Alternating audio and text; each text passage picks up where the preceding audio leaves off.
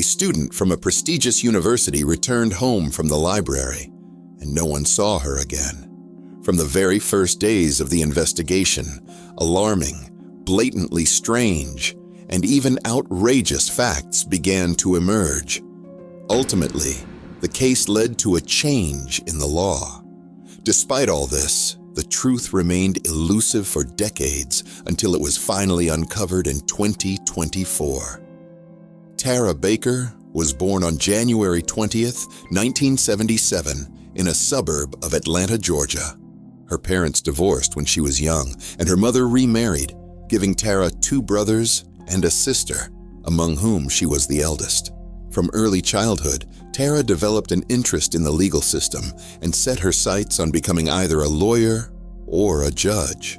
She held mock court sessions with her stuffed animals, made playful contracts with family members, and frequently wrote letters to politicians. She even wrote to the sitting president once, expressing her displeasure because his speech interrupted her favorite show. After high school, Tara attended Georgia College, finishing it in just 3 years with dual degrees in law-related fields. In 1999, she enrolled at the University of Georgia to pursue a financial education, aiming for a career in her dream profession. The university was among the top law schools in the country and located in Athens, a small town only a few hours from her parents' home, making it an ideal choice for Tara. Tara chose to live off campus, renting a private house divided into 3 rooms, which were also rented by other university students. One of her roommates was a close friend from college. Tara also worked part-time at a prestigious law firm, which allowed her to cover her rent and other expenses while gaining valuable experience for her future career. In January 2001, 23-year-old Tara was in her 2nd year of studies. She spent many hours at the university library preparing for classes, and the evening of January 18th was no exception. She and a friend went to the library together, spending several hours there before her friend left around 7:30 p.m. Tara decided to stay a bit longer and called her friend at 9:46 p.m. from the library to check if she had made it home safely. Tara mentioned she would head home in a few minutes. The next day, around 6 p.m., Tara's mother, Virginia Baker, received a phone call that seemed like a prank. The caller identified themselves as a police officer and asked if her daughter had ever been arrested, as they needed her fingerprints. Thinking it was a joke, Virginia hung up but decided to call the Athens police station. To her shock, they confirmed she had spoken to a real detective and informed her that there had been a fire at Tara's house. Still trying to grasp the situation, Virginia asked to speak with her daughter, only to be told that they couldn't find her and that an unidentified body had been found in the house. They needed Tara's fingerprints for identification. Only one of Tara's roommates had been located, and she was not home at the time of the fire. The whereabouts of the other roommate and Tara were unknown, leading investigators to suspect that the body belonged to one of them. Virginia asked for a description of the room where the body was found and was left speechless when she learned it contained numerous antiques, just like Tara's room. Tara's family immediately headed to Athens, hoping it was all a misunderstanding and that Tara was safe. Upon arrival at the police station, they were left in the dark for hours before a detective informed them that the body was indeed Tara's. The cause of death was not the fire, but murder. The detective, saying he was too exhausted to answer more questions, added that Tara had left them a gift, skin particles under her nails, possibly from the perpetrator. Tara's shocked family struggled to comprehend the news, but the police provided no further information. They had to extract every piece of information themselves through persistent calls and visits. They eventually learned that firefighters were called to Tara's address at 11 a.m. on January 19th. After extinguishing the fire, they found Tara's body, which was later identified. Medical examiners determined she had been strangled and stabbed and suggested she had been sexually assaulted. The fire started posthumously, likely to destroy evidence. The police, however, refused to share the medical examiner's report or details of the murder with Tara's family. They only learned years later that many pieces of evidence might have been destroyed in the firefighting process, which is not unusual. The primary goal of firefighters is to extinguish the blaze and save lives. They could not have known a body was inside. Further complications arose when the family discovered that investigators likely did not secure the crime scene, allowing anyone to approach or enter the house. Throughout their quest for answers, Tara's family faced constant resistance and unprofessionalism from the police. They even began recording their interactions and filed complaints against local investigators, to no avail.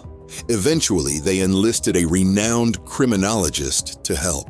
However, the local police agreed to share case materials with the criminologist only if he kept his findings confidential, even from Tara's family. The family couldn't obtain Tara's death certificate for 10 years until they appealed to the state governor. When they finally received it, it listed the cause of death only as multiple injuries. Police continued their investigation despite numerous contentious issues. Upon discovering Tara's body, the room was severely damaged by fire and water. The police found that Tara's laptop was missing from her room, a bulky item in 2001, but nothing else of value was taken, casting doubt on the robbery motive. There were no signs of forced entry, suggesting Tara might have known her killer and willingly allowed them in. However, due to the fire and subsequent water damage, confirming this was challenging. Both her roommates were out of town that night, leaving Tara alone at home. Medical examiners estimated her time of death between 10 p.m. when she left the library and 11 a.m. when neighbors reported the fire. The crime likely occurred closer to morning as the fire spread quickly. Witnesses reported seeing a middle-aged white man running down their street in just a t-shirt that morning, which was odd given the winter weather. Another intriguing detail emerged when a drunk-sounding man called the university's student information line several days before the murder, repeatedly asking for Tara's phone number until he got it right on the 8th try. His identity remains unknown. Police also investigated Tara's boyfriend, who provided a confirmed alibi, but remained a suspect. Even after confirming his alibi, the police continued to treat him as a suspect. They called him and his parents in the middle of the night, demanding they come to the station in another city to provide additional biological samples, answer questions, or undergo a polygraph test. Remarkably, it was the boyfriend who had to identify her body. He lived in a different city, but arrived immediately after receiving the call about the fire at Tara's house. Despite her parents being already in town, the police asked the boyfriend to identify Tara. She was still in the house, and they brought him directly there. However, he wasn't allowed to go inside. Instead, a police officer went into the house, photographed the body, and showed him the picture straight from the camera. The boyfriend, who was in shock, said he couldn't tell if that was indeed Tara. He added that he had given her earrings, and he could be sure if he saw them. The officer went back inside, removed the earrings, and showed them to the boyfriend, who then confirmed they belonged to Tara. Soon, the police began to focus on another person, a university student in Tara's group who had a problematic reputation. Many female students reported that he frequently asked them out and often ignored their refusals. He had also asked Tara out several times, despite her having a boyfriend, and continued to insist. Some girls even mentioned feeling scared by his strange behavior. Detectives started investigating him, but they found no evidence linking him to the crime. At one point, he even requested Tara's friends to spy on him, which was highly questionable, but led nowhere. Another suspect emerged, an attorney working at the same company as Tara. Through conversations with colleagues, investigators learned that the man had started acting strangely just before the murder. There was a close-knit group in the company who often hung out together outside of work. But suddenly, this attorney stopped joining them. More importantly, just days before the incident, he told Tara he couldn't attend her birthday party, which was scheduled for the day after the murder. On the morning of January 19th, before the fire, one of Tara's colleagues tried to convince him to come, knowing Tara considered him a good friend and would be hurt by his absence. When she went to his office, he wasn't there, given that his workday had long started. This was unusual. He was always present in the mornings, but not that day. The colleague checked his work calendar, thinking he might have meetings, but it was empty. He didn't show up that day, but the next day, he visited another colleague's home, acting very strangely. There were suspicions he regularly used illegal substances, which could explain his odd behavior. But there was more. The colleague noticed fresh scratches on his neck. Under Tara's nails, they had found skin fragments likely belonging to the killer. The attorney claimed his cat had scratched him and denied any involvement in Tara's murder. When questioned about who he thought committed the crime, he started yelling that it was her father, without providing any evidence. Another odd detail was that he suddenly resigned a few months after the murder and moved out of state. It's unclear if the police compared his DNA with the samples found under the victim's nails. Furthermore, there's no information on whether those samples were analyzed at all. As with other aspects of the investigation, the detectives shared no information, not even with Tara's family. Later, they discovered that the attorney had secretly dated 2 female colleagues, despite being married. This could explain his odd behavior and unexplained absences from work. Both women were convinced he used illegal drugs. Despite these leads, the police found no evidence connecting him to the murder, and eventually, he was no longer considered a suspect. Detectives also looked into employees of the company managing the building where Tara rented a room. They had a spare key, explaining the lack of forced entry, but this lead also went cold. Since then, there have been no significant developments in the case. The police continued to search for new suspects and witnesses, keeping most details secret to avoid compromising the investigation. Over time, they received a few potential tips. One witness reported seeing a black man in front of Tara's house hours before the fire. Another mentioned seeing blood on a classmate's notebook. Soon after the murder, police investigated both leads, but they led nowhere. Tara's parents offered $27,000 for any information that could solve the case. Over the years, almost all the detectives working on the case changed, and the new team promised to continue the investigation, but no significant progress was made. The main issue was the lack of evidence. According to the police, after the fire was extinguished and the firemen did their work, nothing of interest remained in Tara's house. In 2020, 19 years after the murder, a podcast began to cover Tara's case. The host, along with Tara's relatives and other participants, compiled all available information about the crime, attracting renewed attention to the case. The police department also took notice of the podcast. It led to increased communication between the new detectives and Tara's family, pushing for a renewed investigation. Episodes dedicated to Tara aired for 2 years, significantly impacting the case. Thanks to this attention, Georgia authorities started drafting a bill aimed at reducing the number of unsolved cases.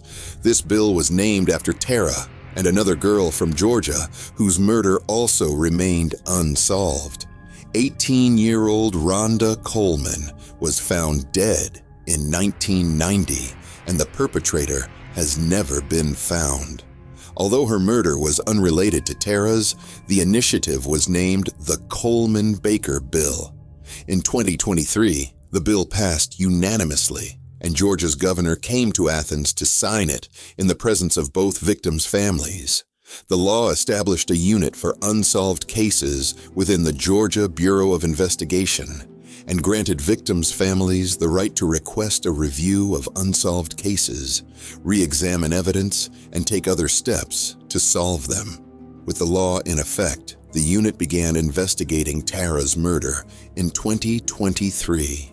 They reviewed all existing materials and re-examined the limited evidence using modern DNA analysis tools. This continued for several months until May 13, 2024, when the police held a press conference. They announced that, 23 years after the murder, the perpetrator had finally been arrested. The suspect was 48-year-old Edric Faust. Investigators did not disclose how they identified him, only mentioning that modern DNA analysis and other biological evidence helped. They withheld details to avoid jeopardizing the ongoing judicial process, where the evidence against Faust would be presented. However, the arrest documents included charges of sexual assault on the victim, suggesting his biological material matched the DNA. Additionally, as we know, skin fragments were found under the victim's nails, and modern tools likely extracted the killer's DNA. Faust should have been in the FBI database due to his numerous prior arrests. He had committed various crimes, including assaults, and spent much of his life in prison. At the time of Tara's murder, he was 25 and lived in the same city. Police found no evidence that Faust knew the victim, suggesting he might have broken into her home or convinced her to let him in under some pretext. Detectives revealed that Faust was never a suspect in the case until they identified him days before his arrest through advanced DNA methods. He is currently in jail awaiting trial, where the evidence pointing to his guilt will be disclosed. It appears that the detectives indeed obtained irrefutable DNA evidence, as the man was denied bail. The detectives have no doubt that Faust is behind Tara's murder, which is why her case is now officially considered solved. The girl's family, who fought tirelessly for 23 years seeking the truth, has finally learned what happened and can thank the new team of detectives for bringing closure to this long-standing case. However, the case of Rhonda Coleman, the second girl after whom the law is named, remains unsolved. But now, her family can hope that the detectives will uncover new evidence and bring the perpetrator to justice, just as they did in Tara's case.